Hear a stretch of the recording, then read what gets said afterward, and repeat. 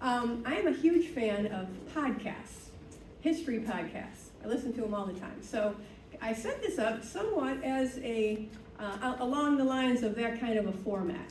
So I wrote a little narrative stories pulled from one of the events in the subjects' lives. And then I'll go into a little bit of a biography of their life. And of course, it's an Irish event at the Irish Cultural Center, and I'm a member of Crave Dugan O'Looney, so I'm going to wrap it up with a song. All right. So, let me introduce you to our first amazing woman, Grace O'Malley. It's June 1593. The warm summer air is heavy with the stench rising from the Thames. The banks of the river are crowded with people and animals. A confusing cacophony of shouts, whinnies, and wagon wheels echoes in the London streets. An elderly woman watches with disdain from a barge floating up the river. She wrinkles her nose and recalls the fresh air and open fields of her native Ireland. She holds her green woolen cloak up to her nose. She doesn't like being here. It's uncomfortable, but worse, it's dangerous. She knows her reputation as a rebel, a warrior, and a pirate has preceded her. The Queen's agent in Ireland, Sir Richard Bingham, has already written to the monarch, calling this woman the nurse to all rebellions in the province these 40 years. The woman is Grace O'Malley to the English, but Granuaile to her own people. Born in 1530, she's about 63 at the time of her visit to London. A remarkable age at the time, especially considering the dangerous and strenuous life she has lived. Since her youth, she has sailed the sea as a member of the ancient seafaring O'Malley clan, based in their castles in Clare Island in Clew Bay near Galway. They made their fortune fishing, trading, and sometimes plundering and raiding. At 16, she was married to Donald O'Flaherty, a man with a passion for warfare. This passion soon led to his end, leaving Granuaile with 3 small children. According to Brehon law, her in-laws should have returned her dowry, but they refused. So she took her children back to Clare Island, back to where her family lived. Many of her husband's kinsmen followed her, choosing to fight for her instead of their own family. She must have been an amazing leader for that to happen. That just didn't happen back, in those days. Some years later, she married again, this time to Richard Burke, another local chieftain. With him, she had one more son, and that was an interesting story. His name was Tibbet of the Ships. He came into the world in legendary circumstances and would live to have a profound effect on his mother's life. On the day Tibbet was born, Granuaile was commanding a ship off the coast of Limerick. The next day, a band of pirates boarded her ship, launching an attack. Legend has it that her men pounded on her cabin door, pleading with her to come out and lead them to victory. So she tucked the baby into a safe nook and came out brandishing 2 guns. It didn't take long to get rid of the pirates, but she scolded her men for not being able to handle them without her. Then, in 1584, her greatest nemesis arrived in Ireland. His name was Sir Richard Bingham, and he would make her life and the lives of her family worse and worse until she could take no more. As Queen Elizabeth I's agent in Ireland, Bingham was sent to quell rebellions and manage the Irish. But he was a cruel and greedy man and took full advantage of his post to grab land, cattle, and power at every opportunity. And Granuaile was his special enemy. He hated her because she was a woman who dared to fight back. By 1593, Bingham had killed Granuaile's eldest son, turned her second son against her, and imprisoned her youngest son, Tibbet. Bingham had also confiscated her land and impounded her ships. With no options left, she wrote a letter to Queen Elizabeth I. At this time in history, the Irish didn't see their island as one country. The people were loyal to their own clans and continually fought against each other. The way Granuaile saw it, her fight was with Bingham and not with England or its queen. In her letter, she explained her accomplishments and grievances against Bingham. So she was able to write this letter because she was well educated, which was also pretty rare at the time. She had learned to read and write in Latin at an Augustinian monastery. So the letter she wrote may well have been ignored by Queen Elizabeth. After all, the Queen was preoccupied with threats from Spain and France. The Spanish Armada had been just a few years before. But Granuaile cleverly enlisted the help of the Queen's closest confidant, Lord Burleigh. She wrote to him explaining who she was and the problems that she was having with Bingham. He had already heard of her and took an interest, and this led Granuaile to an appointment to meet with the Queen. After lingering for a few weeks in the miserable metropolis of London, Granuaile wakes on a humid July morning in 1593. She wraps her long gray hair in a high bun and secures it with a pin. She dresses in the fashion of her people, a linen shift, a yellow bodice, a long woolen cloak, and she tucks a dagger into her belt for protection. Lord Burleigh meets her at the palace gates and leads her to the Queen's quarters. A door opens, and there stands before her the Queen of England. She is arrayed in her royal finery, a starched ruffled collar, a silk dress, sparkling jewels around her neck. Granuaile notices the contrast, but she feels no awe. In her mind, the two women are equals, both wielders of power in their own ways, and strong survivors in a world ruled mostly by men. The Queen is curious about this woman. She's the same age as herself, but unlike her, has commanded ships, survived battles, and inspired men to follow her. Graciously, she greets Granuaile in Latin because she doesn't speak Irish. Likewise, Granuaile speaks no English and responds in Latin. She was educated by Augustinians in Ireland. She does not bow or curtsy. She will not follow what she sees are the silly rules of court. And all this is researched. All this stuff really happened. The two conversed for hours. The words they said are not recorded, but the results were written in English court documents. Elizabeth, Queen of England, wrote to Richard Bingham, demanding that he give an explanation of his treatment of Granuaile and her family. She also instructed him to return all ships and land to Granuaile and to release her son and other relatives that Bingham had imprisoned. Granuaile received everything she asked for of the Queen. Now this is really, really very remarkable because even just yesterday I listened to another podcast which filled in some more of the background of the history at this time. The Queen of England was well aware of what her agents were doing in Ireland, and they were cruel and brutal, and she was in favor of that. There were many massacres. Hundreds of people were killed. They had no mercy, but Granuaile must have impressed the Queen so much that she would get this extraordinarily special treatment. But even so, Bingham did not give up so easily. He continued to harass Granuaile and her family. A year later, Granuaile returned to see the Queen a second time. This time, Bingham was recalled to England and replaced with a somewhat better agent. In the end, Bingham found himself imprisoned in the Tower of London. That's how he ended up. And Tibbet gained a great deal of land and power under the new English agent. Granuaile died of natural causes at the age of 70 in her castle in Ireland, knowing her son and family were well established and safe. And there was another story, too, that in English court records, that even after that visit to the Queen, so in her mid to late 60s, she is recorded involved in a raid on Scotland, commanding a ship.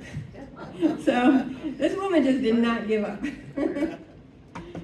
So that is Granuaile, the pirate queen.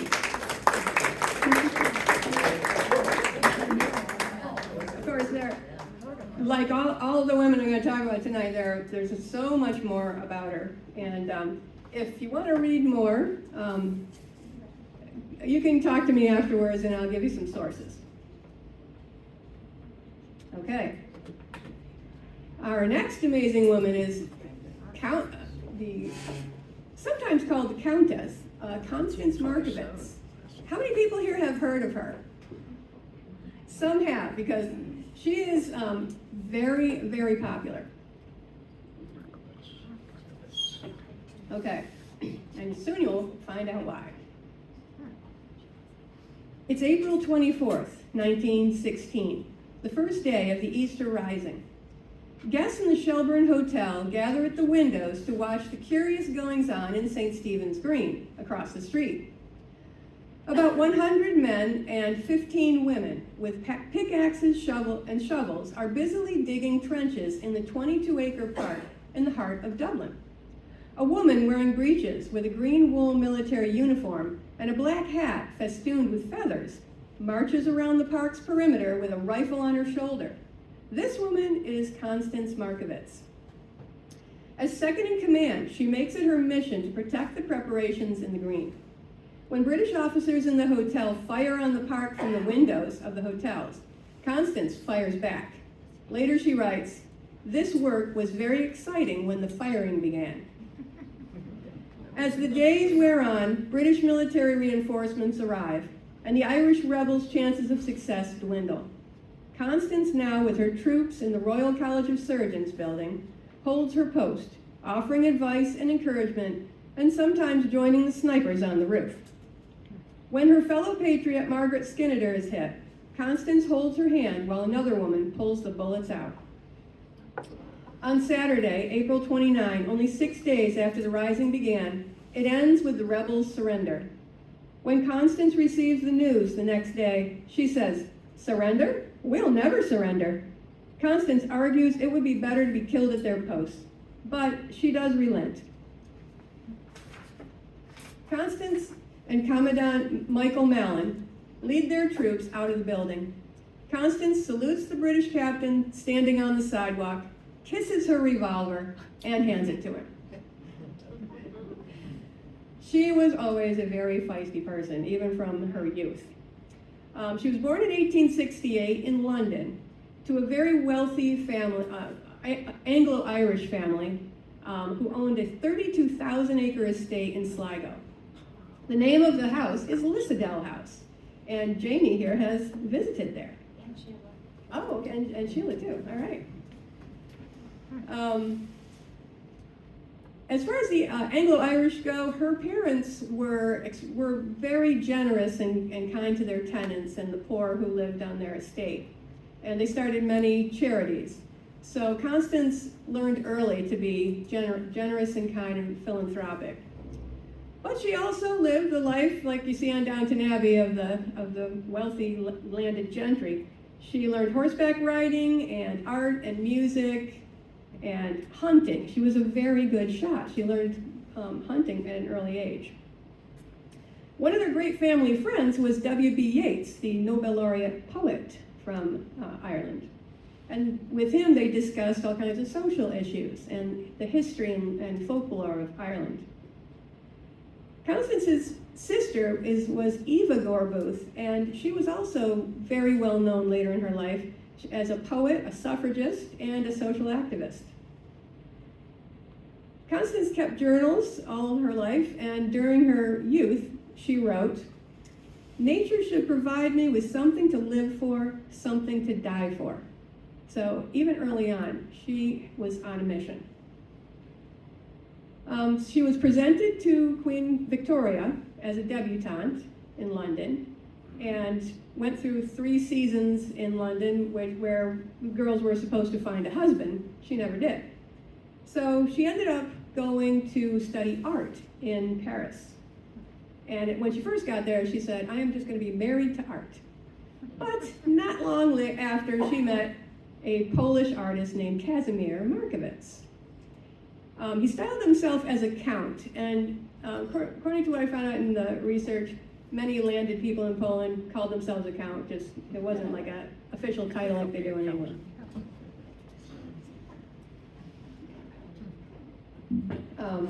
They had one daughter, her name was Maid, and they ended up leaving her with Constance's parents at Lissadell House, and that's where Maeve grew up. Meanwhile, Constance and Casimir went to London and got involved in the art scene and theater. Casimir wrote some plays. Constance acted in them, not to great reviews. And they got involved in the Irish cultural revival. Constance also got involved in the suffragist movement and labor movements. She became a great friend of James Connolly, who was an eminent labor leader in Dublin, and he was the one who started the Irish Citizen Army, and which Constance also joined because of him. Constance started an organization called Fianna Éireann for young boys in 1909, and it was based on Boy Scouting, but it was also to train up rebels for a little later on when Ireland would rebel. She taught them shooting because she was one of the few who knew how to do it. And I found this really great podcast. It was an archive from RTE, which is the Irish TV station.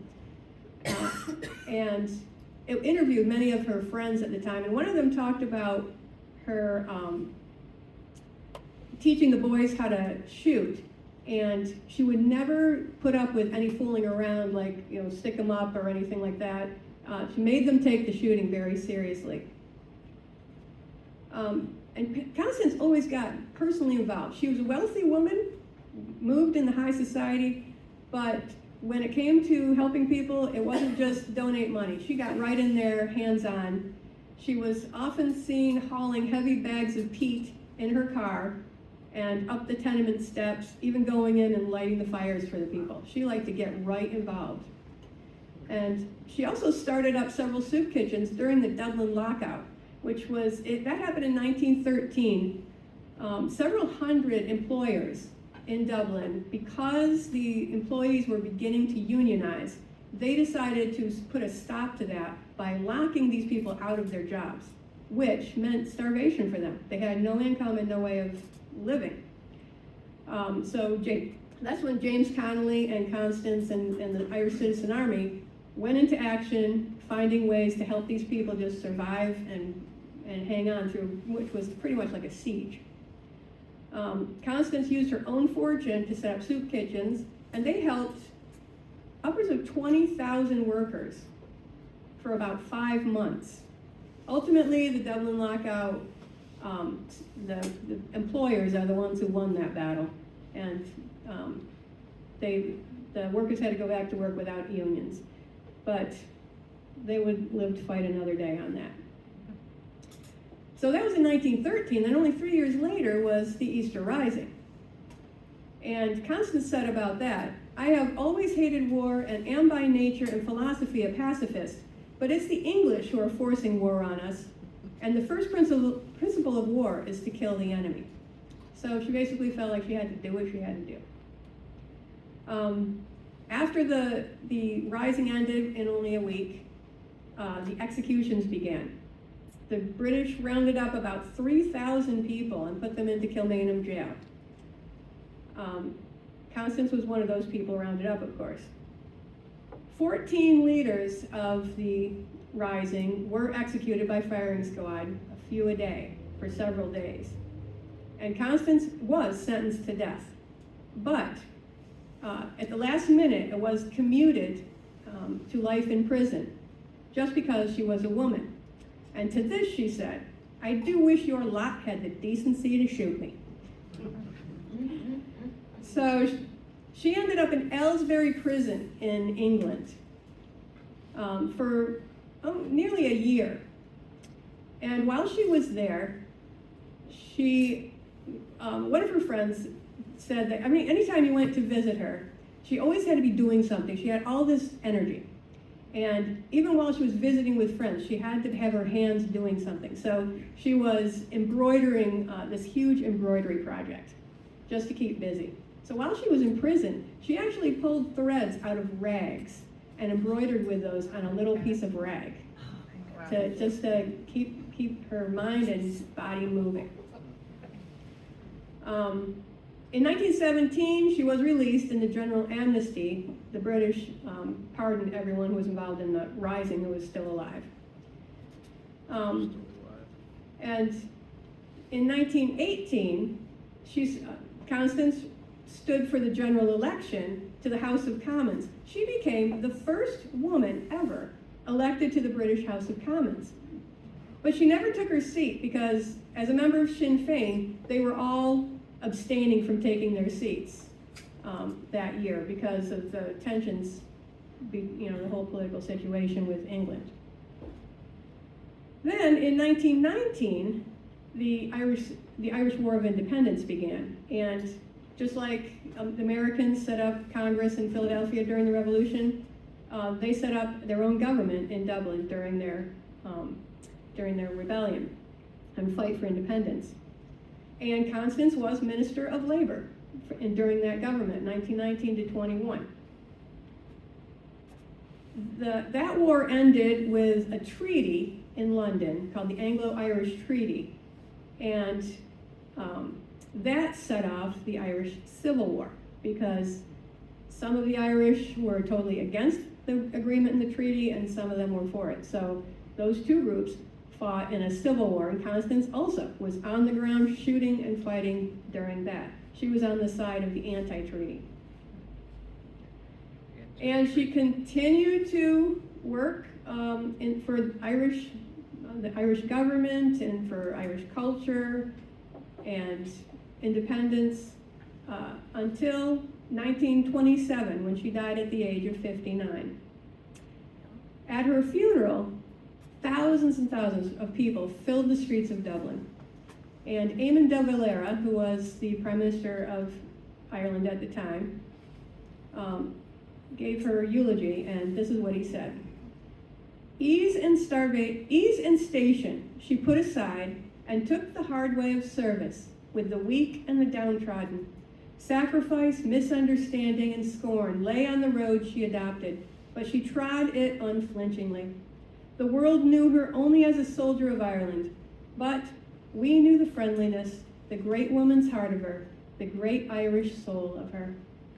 And I did read several stories. There's a book I can recommend to you that tells so many stories about the little kindnesses that she did for people, and she was just a really great person and heroic too at the same time. So that is Constance Markovitz.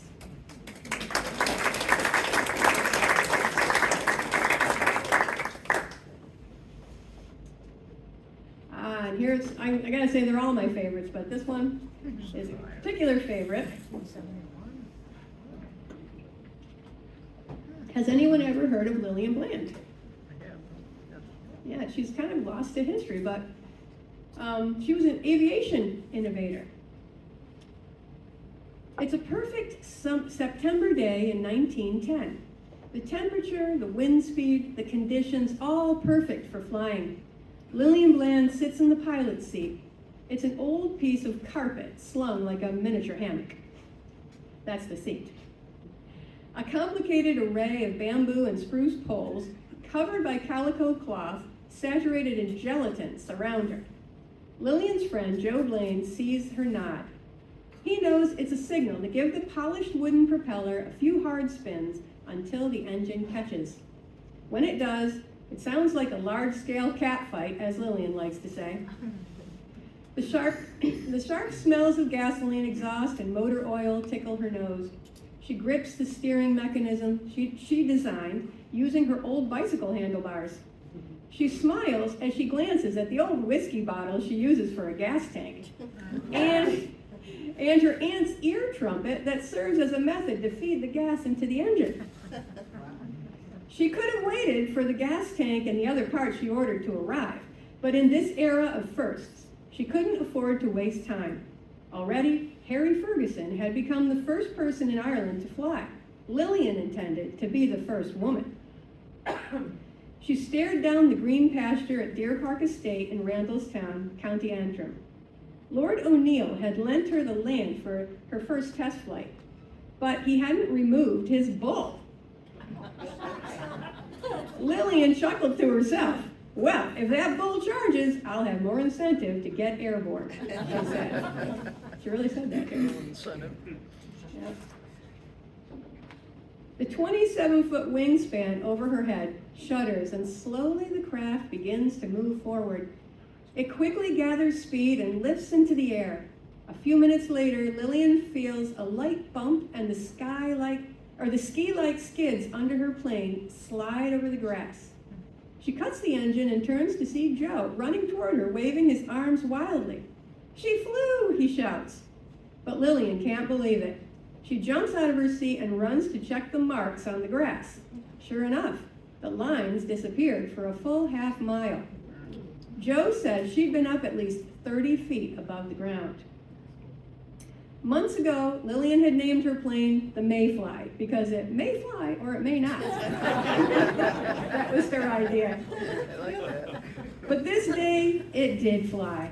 And Lillian Bland became the first woman in Ireland to fly and the first woman in the world to design, build, and fly her own airplane. And she was Irish. She was born in 1878 in Kent, England, although her family later moved back to Belfast. Her father had grown up in Belfast and the whole old family lived there. They were landed, but not a really wealthy family. They all moved back in with her widowed aunt. And Lillian was always different. She did not want to follow any of the conventions for women at the time, especially the upper crust women that were supposed to go to tea parties and visiting people and things like that. She would rather hunt hare and fox. She fished, she rode horseback, and she practiced jujitsu.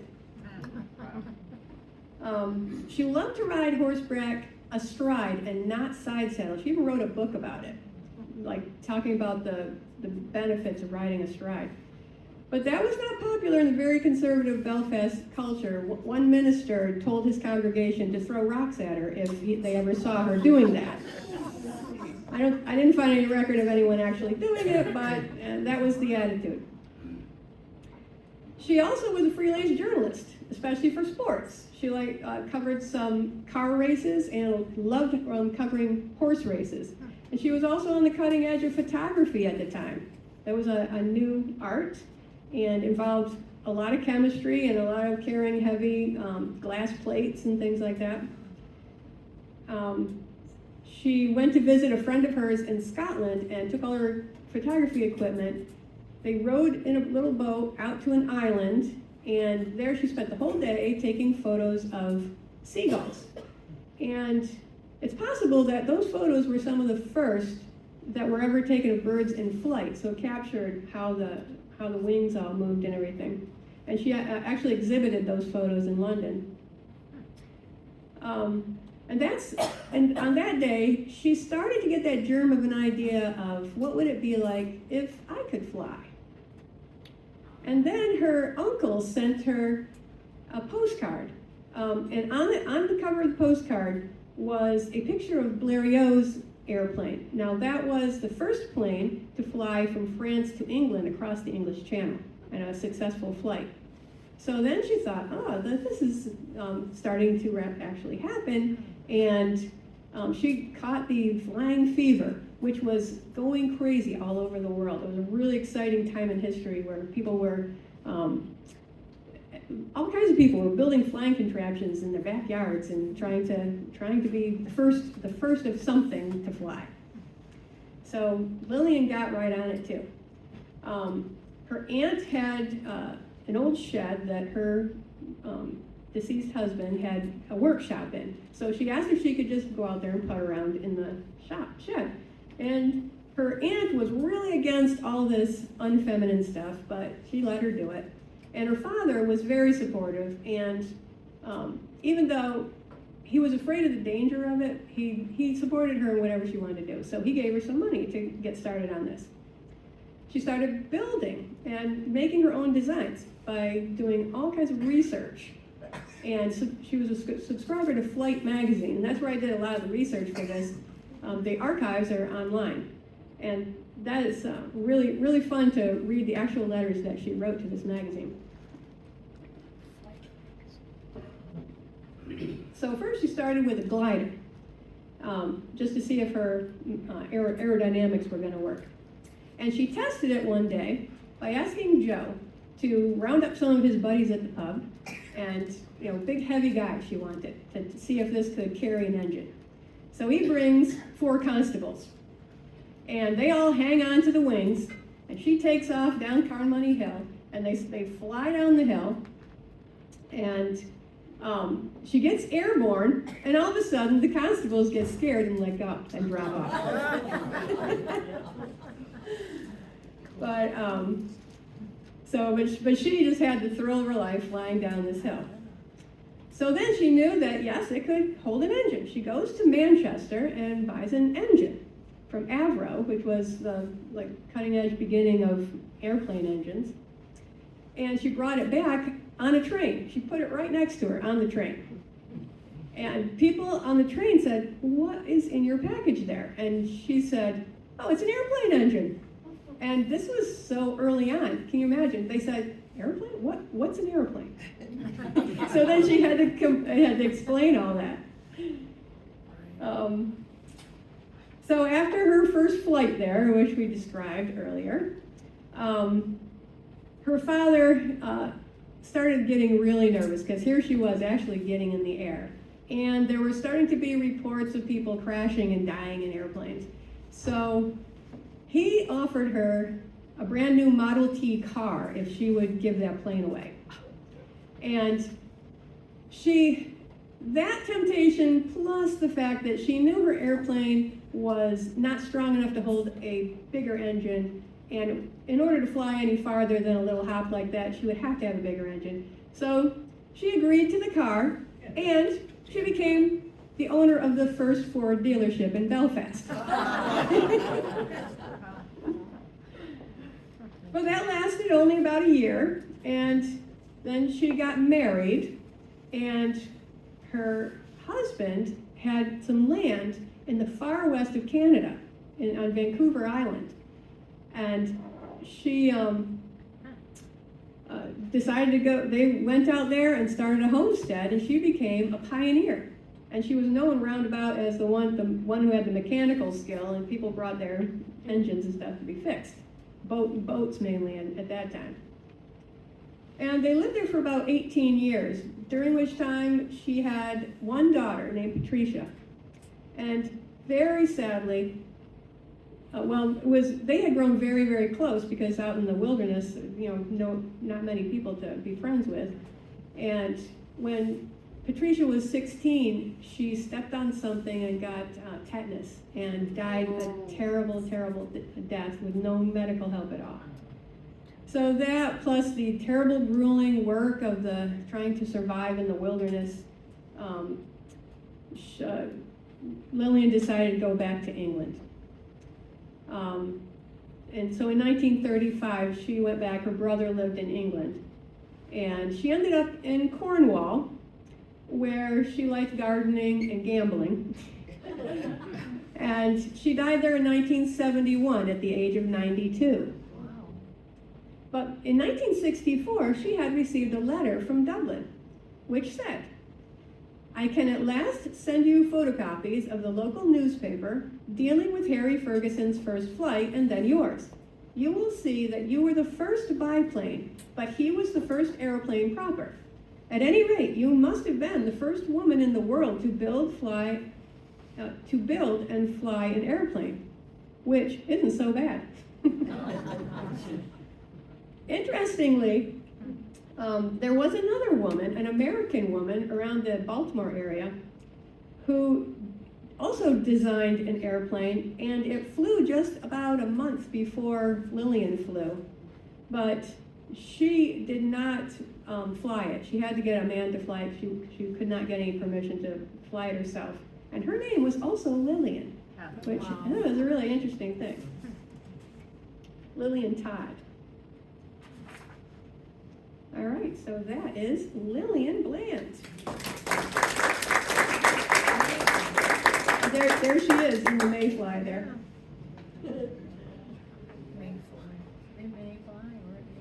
Yeah. Okay. Now we're going to zoom up in history a little bit. Christina Noble is still alive today. She's known for being a humanitarian. Christina Noble steps off an airplane near Ho Chi Minh City one September day in 1989. The green fields she saw as the plane landed reminded her of Ireland. her homeland, but everything else is completely foreign to her. Thin, raggedly dressed communist soldiers eye her and the other travelers suspiciously. Christina shivers inside as a customs official interrogates her. She has little money, no education, and no plan, but she knows she has a mission. It began with a recurring dream she often had in the early 1970s, when she lived in England. She'd seen the news coverage of the Vietnam War. Her dream looked like that, except the children were reaching for her. The expression on the face of one of the little girls seemed to beg Christina to pick her up, protect her, and take her away from the peril. Above the children in her dream, Christina saw a bright white light and the word Vietnam. To me, it kind of sounds like, if you're familiar with the story of St. Patrick's dream about the Irish, it seems to reflect that quite a bit. She has doubts about the reality of the dream as she tries to adjust to the noisy, chaotic, rat-infested streets of Ho Chi Minh City. But one day she sees two little girls who appear to be playing in the park across the street from her hotel. They crouch in the dirt. One looks up and smiles with the only two teeth she has. Dirty and ragged, they are two of the thousands of destitute, abandoned children who live on the city's streets. When she gets close enough, Christina realizes these girls are not playing. They're digging for ants to eat. Suddenly, she sees her own childhood self in them. Memories of her own desperate life on the streets of Dublin decades earlier flood her mind. She sits in the dirt, pulls the little girls into her lap, and cries. At that moment, she knows she will stay and dedicate the rest of her life to giving these poor children a loving, caring childhood. Christina was born in 1944 in the Liberties, which was the worst slum in Europe at the time. As a child, she made a little money singing in pubs and singing on the street, but the family was extremely poor. Often the electricity was cut off for not paying the bills, and food was very scarce. Her father was a serious alcoholic, and her mother passed away when Christina was only 10. So there were Christina and three younger siblings still at home at the time, and Christina tried to take care of them by herself as a 10-year-old with no resources at all. She was horribly abused in a relative's home after that, and eventually all the kids were taken away from the father and put into separate care homes, or industrial schools as they were called. But shortly after she went to this school, Christina escaped. She was only 11 years old, and she lived on the streets of Dublin for 2.5 years as an 11-year-old kid. She built herself a little hole in Phoenix Park and lived under the bushes. Eventually, she was captured by the police and sent to another industrial school way out in Connemara in the west of Ireland. We think of that as a nice place to visit now, but at the time it seemed like the middle of nowhere to her, a girl who had come from Dublin. And the treatment was pretty cruel there. But she stayed there until she was 16, and the nuns gave her £5 and a little bit of clothing and sent her back to Dublin. Well, her father met her there, and he took her £5 and left her. So there she was, back on the street and homeless again at 16. But she managed to get through that. Well, no, actually, the next terrible thing that happened, she was raped and had a baby in a mother and baby home. And then that baby was adopted out against her will. So, I mean, I was reading the book, the autobiography that she wrote, and it just went from bad to worse to even worse. And you can't even believe how all the stuff she went through. Then she ended up going to England. Her brother lived in Birmingham. And there, she got involved in a really terrible, abusive marriage for 13 years. But she managed to have 3 kids. And finally, she was able to get a divorce and moved to the south of England and got a much better job, went through a ton of therapy, and got much better. Her life got much better. But at that time is when she had that dream in the 70s, and she never ever forgot it. So when she saw that her kids were grown on their own and doing well enough, that's when she went to Vietnam. And there she started the Christina Noble Children's Foundation, where she made sure they have music lessons, because she never forgot being Irish and how important music is to the Irish. And they have arts, sports, all kinds of education, food, and shelter. And when she first got there, she did a lot of really, she didn't even have a plan or an organization or anything, so she just went out on the streets and started helping the kids. She saw that even in Ho Chi Minh City, they were into Christmas. So she decided to have a Christmas party for the kids. And she rented out the restaurant of a hotel, and told them that there were going to be 150 guests. And the wait staff was all excited because they thought, oh, European woman, she's going to have a lot of fancy guests here. And who shows up? 150 of the street children, who were totally looked down upon. They were called boo doi, which meant in Vietnamese, dust of the earth. Even the Vietnamese just had nothing good to think about these kids. And they come running in, and the head waiter and everybody that worked there didn't even want to serve them, but Christina said, I paid you, and you've got to do this. And they started, kind of doing it begrudgingly. And then one of the kids started crying, and she sat down on the floor with the kid and was consoling him. And when the Vietnamese people working there saw this, their hearts really softened, and they saw that, yeah, these kids were actually human beings. And they started all serving them very nicely, and they ended up, in the end of the party, all holding hands around a circle, singing, we are the world, we are the children. Yeah. So the journey that this woman took in her life is just amazing. And there's a movie, I just rewatched it. It's called Noble. It was made by an Irish film company, starring Deirdre O'Kane. I don't know if you've ever seen, she's an Irish actress. But yeah, the movie is very good too, about her life. And to this day, she's 78 now and still working for the organization. She goes back and forth between Vietnam and the America, Ireland, England fundraising and speaking. Her 3 children are all working with her in the organization now, and her daughter Helenita is running it now. So it's called the Christina Noble Children's Foundation. So that is Christina Noble.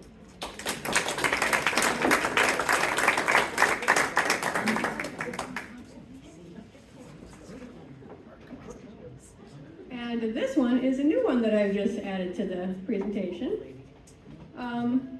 I wanted to find someone local to our area. So her name is Mary Elizabeth Lynch Campbell, an Irish American community leader. It's May 1924, on a quiet tree-lined street in Herkimer, New York.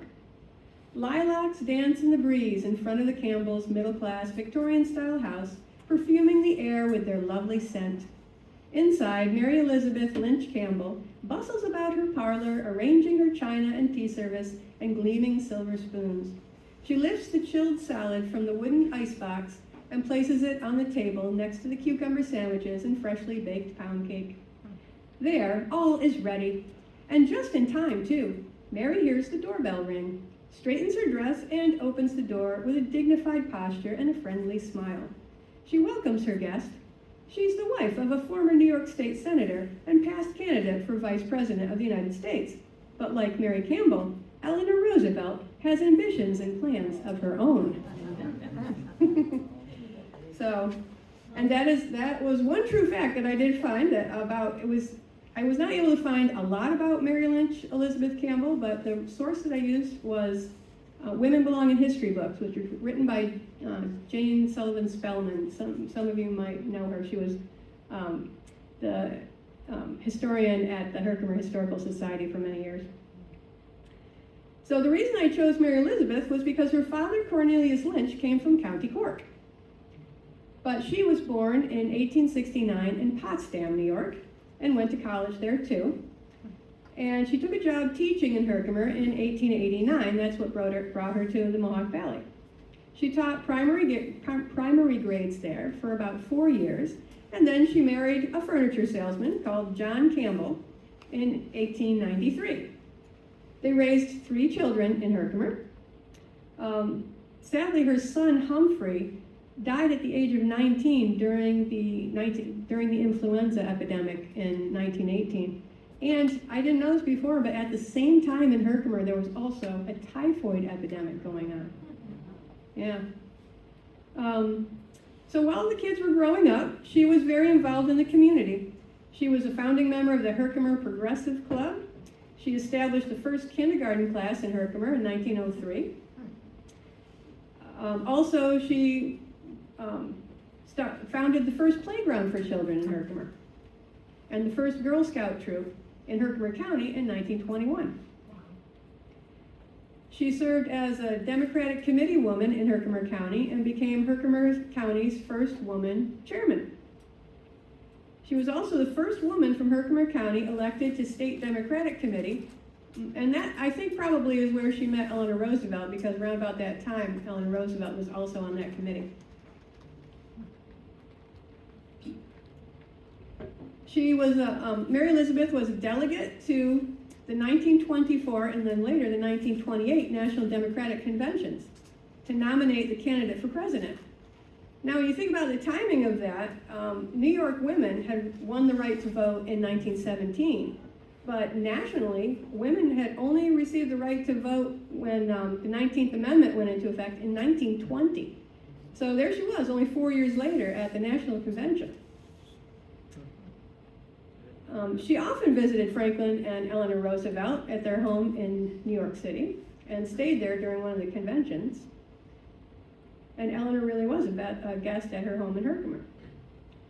During the 1930s, Mary Elizabeth became a supervisor for the Women's Works Progress Administration in Herkimer County, the WPA.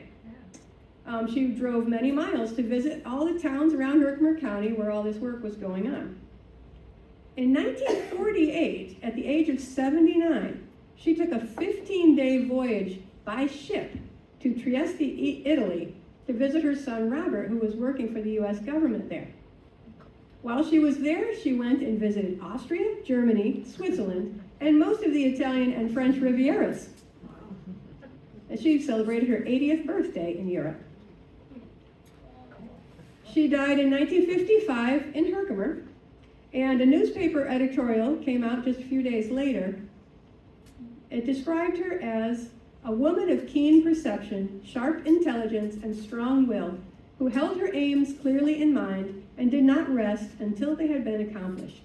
She was a woman whose work will indeed live after her in the lives of the generations who benefited from her interest in their welfare and the untiring work which she poured into so many projects for the betterment of the community.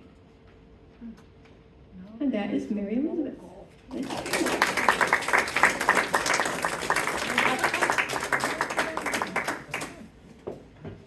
And those are all the stories I have for this evening. And thank you so much for listening to them.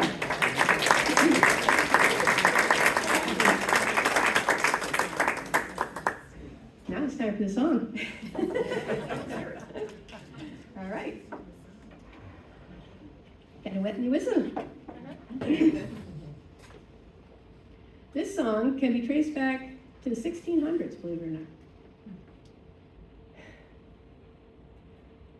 When I was a young maid about 17, I enlisted in the Navy for to serve the Queen. I enlisted in the Navy, a sailor lad to stand, for to hear the cannons rattle and the music so grand, and the music so grand, and the music so grand, for to hear the cannons rattle and the music so grand. Well, the officer that enlisted me was a tall and handsome man. He said, "You'd make a sailor, so come along, my lad." My waist being small and slender, my fingers long and thin, well, very soon they learned me, and I soon exceeded them. Oh, I soon exceeded them. I soon exceeded them. Oh, very soon they learned me, and I soon exceeded them. Well, they sent me to bed, and they sent me to bunk. To lie with a sailor, I never was afraid. But when taking off my blue cloak, it oft times made me smile, for to think I was a sailor, and a maiden all the while, and a maiden all the while, and a maiden all the while, for to think I was a sailor, and a maiden all the while. Well, they sent me to London for to guard the tower. I'm sure I could have been there till my very dying hour. But a lady fell in love with me, and I told her I was a maid. And she went down to the captain, and my secret she betrayed. Oh, my secret she betrayed. My secret she betrayed. Oh, she went down to the captain, and my secret she betrayed. Well, the captain, he came up to me, and he asked if this was so. I dare not, oh, I dare not, oh, I dare not say no.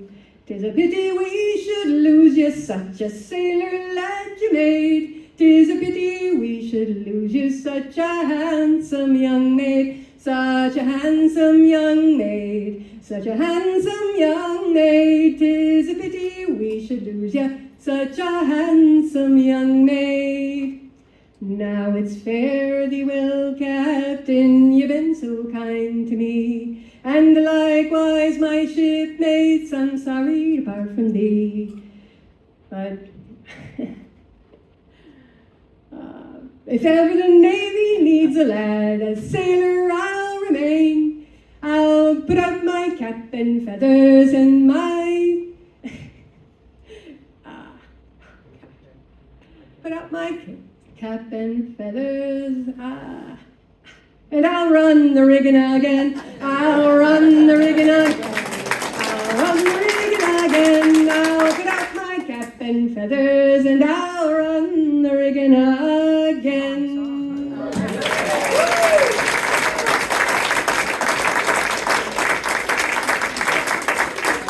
Thank you, everybody.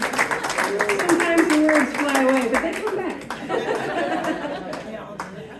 Thank you so much. Thank you very much to the Irish Cultural Center and to Chris and Mike, who do an amazing job of lining up wonderful events here at the center.